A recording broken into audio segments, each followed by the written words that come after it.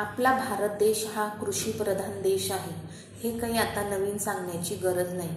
मग आपल्या या देशामध्ये जो शेती करतो तो त्या शेतीला सीतामाता असे म्हणतो का? कारण सीतामाता ह्या जमिनीतूनच प्रकट झाल्या होत्या आणि जमिनीमध्येच विलीन झाल्या होत्या.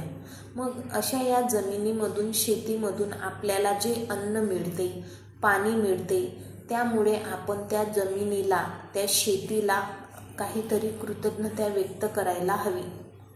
मग ती कशी करायची? तर दिवाळीचा पाडवा, दसरा, चैत्र पाडवा आणि अक्षय तृतीया या वर्षातून 4 दिवस आपण घरी पुरणाचा नैवेद्य करून तो आपल्या शेतजमिनीच्या मधोमध, जशी शेतजमीन असते त्याच्या मधोमध एक खड्डा करून तो नैवेद्य आपण अर्पण करायचा आणि हे सीतामाता तुम्हाला